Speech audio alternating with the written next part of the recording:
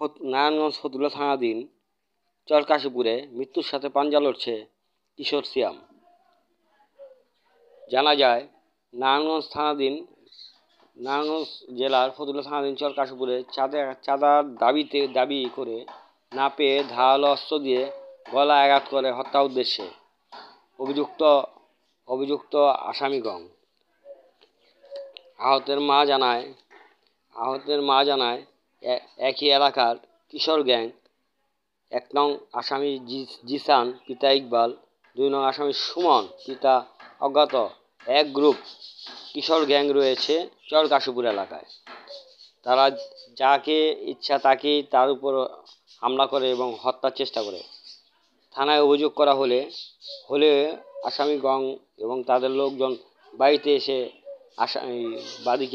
বাদীর মাকে আহতের মাকে হুমকি দিচ্ছে মামলা তুলে নিতে।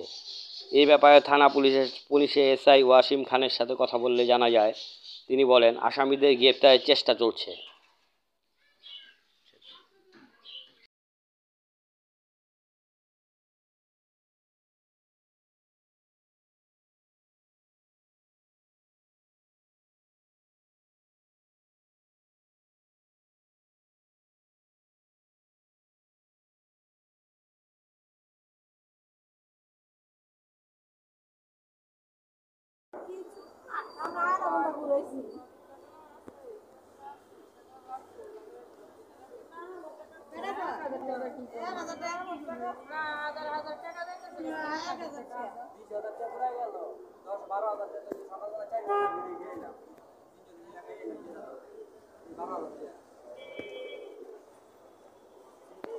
তারপরে আলাদা জানলা বাসে বাকি